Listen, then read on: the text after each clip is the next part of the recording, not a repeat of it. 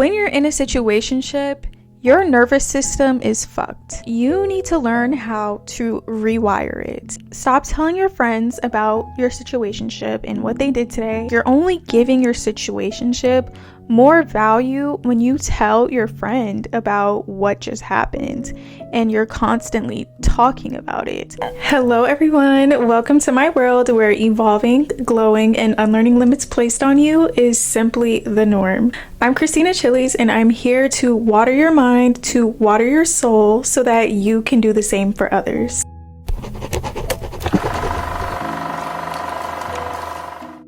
You are quietly struggling in a situationship that you may or may not want to be in. And I say may or may not because some of us actually like the feeling of toxic relationships. Some of us actually enjoy the constant roller coaster ride and the adrenaline rushes, dopamine hits that we get from these toxic relationships that don't really even serve us and aren't good for our overall well-being. Situationships affect both your psychological health and your physiological health as well. We are going to talk more about that and go deeper into why people get addicted, why you may be addicted to your toxic relationship and toxic situationship, why it is also difficult to let go of it. We are going to talk about how to start moving on from your situationship, what steps you need to take to heal and to move on. Situationships are really no joke. Anything that is toxic to your life, it's not actually funny. I feel like situationship is just a word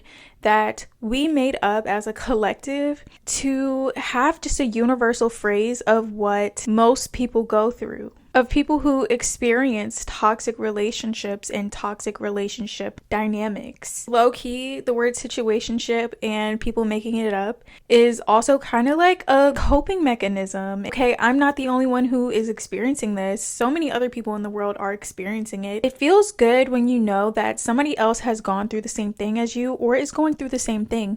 And that's why we're all here, is to experience things, help each other out who are in similar situations so that you are able to maybe provide some kind of closure to that person, to provide some kind of healing to another person.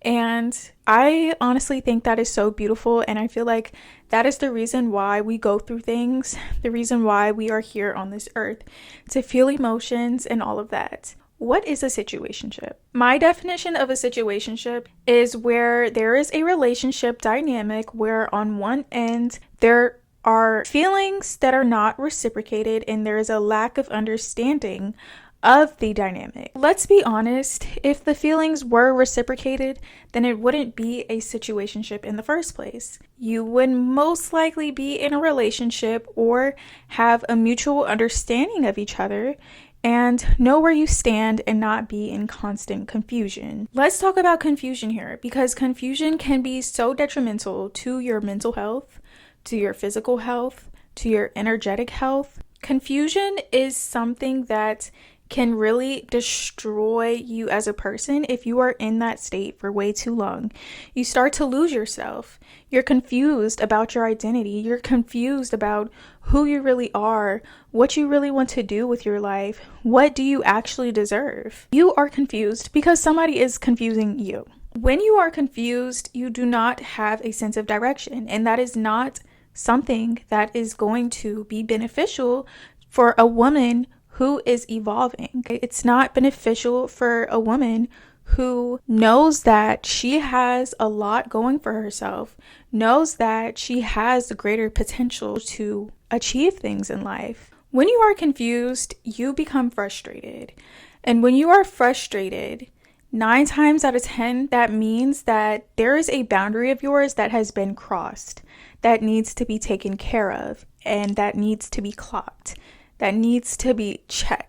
You need to clock whoever crossed your boundaries to begin with. Having all of that anger, having all the constant resentment in your heart for someone who isn't trying to even understand you or hear you out or make a change for the better is honestly so draining. If you have been in a situationship or you know someone who has, you can literally see how anxious they are. You can literally see the dullness on their face, the dullness in their eyes. And I'm literally not being dramatic, because honestly, after you let your situationship go, after you move on from your situationship, you will glow up so hard, like crazy. Every time you leave a man alone or you leave a toxic relationship, you start to get your glow back.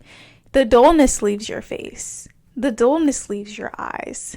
And you just become much more beautiful, because honestly, what you are feeling inside is projected onto your outward appearance. And we can honestly tell, babes.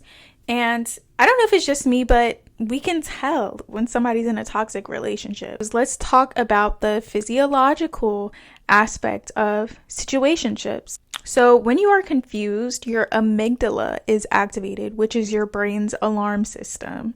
So your brain is trying to say, hey, something's wrong. We need to fix this. We're not safe. Pay attention. We need to figure this out. When your amygdala is activated, there's something called cortisol and adrenaline, which is released. Cortisol can cause stress, irritability, tension in your body, and adrenaline can cause hyperfocus, obsession, and constant checking as well. When you are constantly checking on something, when you are constantly wondering what somebody's doing or if they're doing you wrong, why are they not texting you back? Okay, that's your adrenaline, babes. All of these can cause you to feel overwhelmed. It can cause you to feel anxiety. It can cause you to have doubt within yourself. When you are feeling these things internally, you feel it in your body as well. You may feel your stomach drop. You may feel tightening in your chest. You may feel restless. You might be overthinking. You might even be feeling anxious and worried even when nothing is happening. Nothing has even happened. All of these physical symptoms is your nervous system trying to make sense of what is happening. Your nervous system is trying to make sense of all of these mixed signals that you are getting. You see how confusion can cause so many issues with your internal self and your outward self? Just this one feeling can lead to so many other things. And sometimes when we're in our situationships, when we're in toxic relationships, we don't really understand how much it's affecting us because we are simply hyper focused on this other person. We're too caught up in all of the emotions and trying to just get a grip on them, even though it's so hard. And it feels like situationships honestly feel like you are trying to get a grip on water. It's like you are literally trying to grip water, and it's like you will never get the grip. Why will you never get the grip in your situationship? Because your situationship comes with unpredictability, and your brain cannot predict what is going to happen next. But you are trying so hard to predict what will happen next. You're trying to come up with all these different strategies. Oh, if I don't text him or her back for 2 hours, then this and that. You're trying to make all these strategies. You're trying to make all these plans. But at the end of the day, the grip hasn't been gotten. You don't know if the person is going to be romantic. You don't know if they're going to be distant and push you away. You don't know when this person's going to text you back or if they're even going to call you back. You don't know if this person is with another person while they're not texting you back. And see, let me tell you something, sweetheart. Let me tell you something. The person that is for you is not going to have you confused like this. The person that is for you is going to communicate. The person that is for you does not want you to feel confused or worried. And who would want to cause confusion to somebody that they actually love? And here's a really deep question for you as well, is that do you actually care about your situationship? Do you actually love your situationship? Because if you're trying to play all these games and do all these strategies and whatever, is that love? Is that truly love? Or are you just in love with the dopamine that you're getting? Are you just in love with the adrenaline? Let's talk about why situationships are so addictive. Situationships are so addictive because there is something called intermittent reinforcement. And this is the strongest form of psychological bonding. This kind of reinforcement, this kind of bonding can happen when there is a push-pull dynamic. It's paired with hits of dopamine and unpredictability.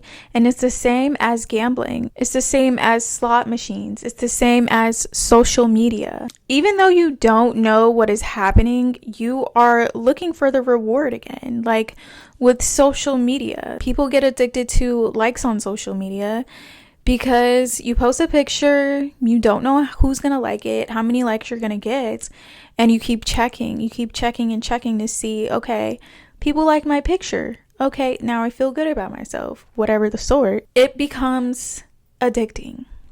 And in the same way, you can become addicted to your situationship. And what reward that you're looking for in your situationship are the quote unquote good moments that really don't happen very often. That's the push and pull dynamic.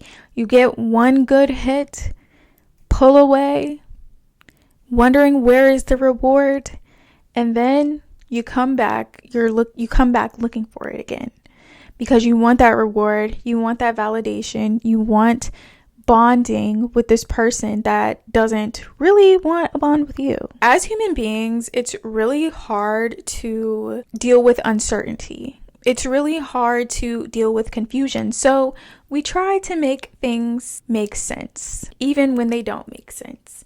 And so your brain is going to start looking for patterns. And that is when you are rereading old text messages. You might be analyzing the tone of their voice. You might be reminiscing on the good days, the good moment. You might be trying to replay conversations and see where things went wrong.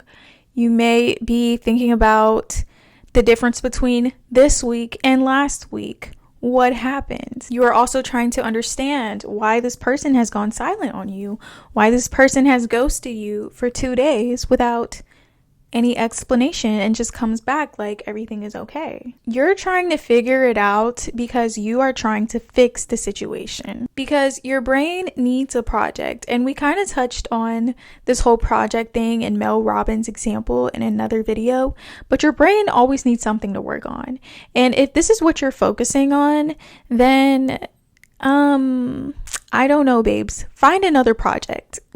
There is an example by Mel Robbins and Martha Beck where a golden retriever is hardwired to fetch a ball that the owner throws. When the golden retriever does not have a ball to fetch from the owner, it's going to do other things. It's probably going to destroy things, pee on things, chew things up, etc. Because a golden retriever needs to focus on something. And it's the same for human beings as well. Your brain needs a project. Just like the golden retriever needs to fetch the ball so that they're not focused on something else and doing something that may be detrimental or doing something that isn't so pleasant. When you are not focused on a project, you start worrying about the wrong things. When you don't choose what to focus on, you are automatically going to be focused on your past because that's all you can think about. You're not creating new moments. You're not creating new memories. You're not creating something. We are all here to create something. With all this confusion, with all of this uncertainty, you need to create certainty in another place in your life. What can you be certain about? What structures do you have in your life? What goals do you have? What routines are you doing every single day? What are you sure of that is always going to be there and what you can depend on? And what that is you. At the end of the day, you are going to be with you. When you look for that certainty in something else within yourself, then your brain is going to stop depending on certainty from this other person. You're going to stop looking for a stability in this person that doesn't have it. We need to start seeing this whole situationship cycle as a chemical and not romantic, because situationships are not romantic at all. Toxic relationships are not romantic. Name the addiction and break the illusion. Another thing that you want to do when it comes to moving on or getting ready to move on from your situationship is to look at patterns and not potential. Your brain is looking for patterns. Look at the reality. Look at the patterns of them not texting you back for hours, not texting you back for days, and then calling you to come over. Okay, let's look at that pattern rather than trying to create a pattern of good moments that weren't even long and don't really even exist that much. The good moments don't exist more than the ghosting, more than the arguments, more than the disrespect. The cons outweigh the pros in situationships. Instead of thinking, why is my situationship acting like this? Ask yourself, why am I tolerating this? Asking yourself this is going to start moving you out of that detective mode and more into introspection, because let's be honest, we don't have to deal with anything that we don't want to deal with. And so you, at the end of the day, are choosing to be in the situationship. Just take accountability for that. Please don't get mad at me. Please don't get mad at me. You have to take accountability for your choices, okay? You cannot keep internalizing somebody else's decisions and somebody else's behavior, because that is what is also keeping the cycle going, because you are not looking inward. You are looking outward and wondering why. The only why that you're going to figure out is the why within yourself. Another thing that you want to do, especially with all of the brain chemicals that we talked about, your nervous system is fucked. Confusion calls for us to rewire our nervous system. When you're in a situationship, your nervous system is fucked, and you need to learn how to rewire it. You can do practices such as meditation. Personally, that's the main thing that I recommend. Meditation, journaling, yoga, do something that's going to calm you down, do breath work, something like that. Whatever, you can do your research on how to rewire your nervous system. It's going to take practice. My honest advice to you is to practice all of these things without telling your situationship that you are going to practice these things.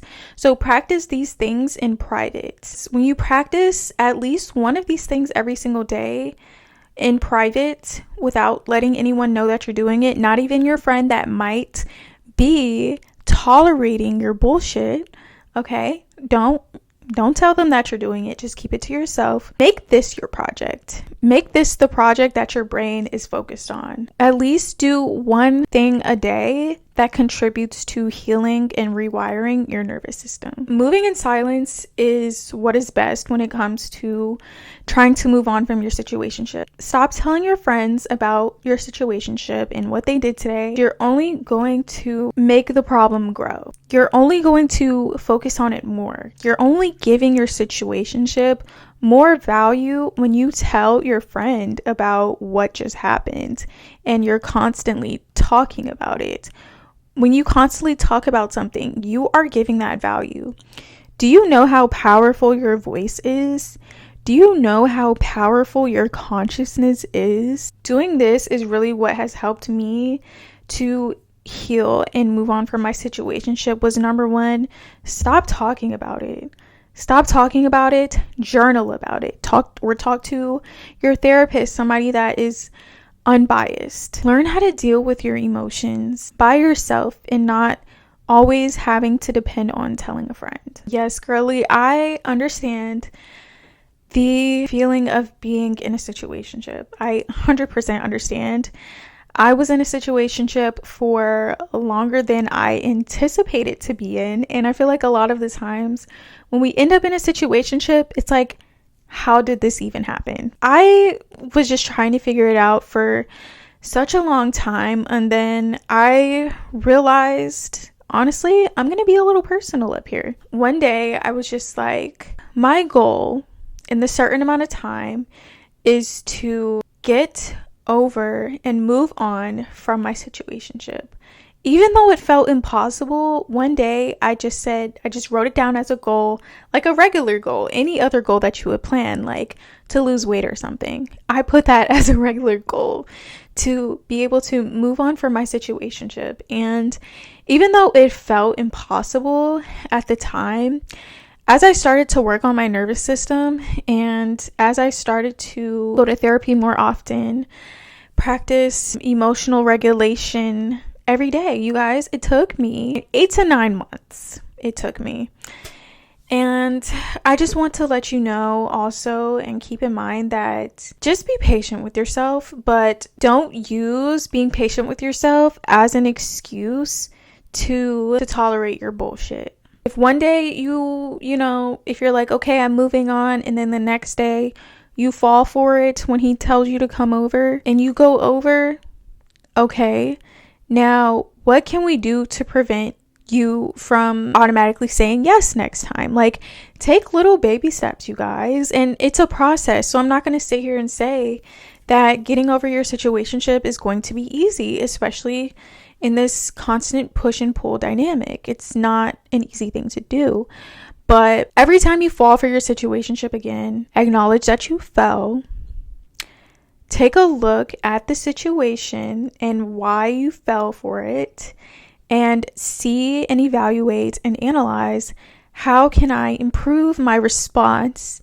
How can I improve my reaction next time I am tempted to fall for my situationship?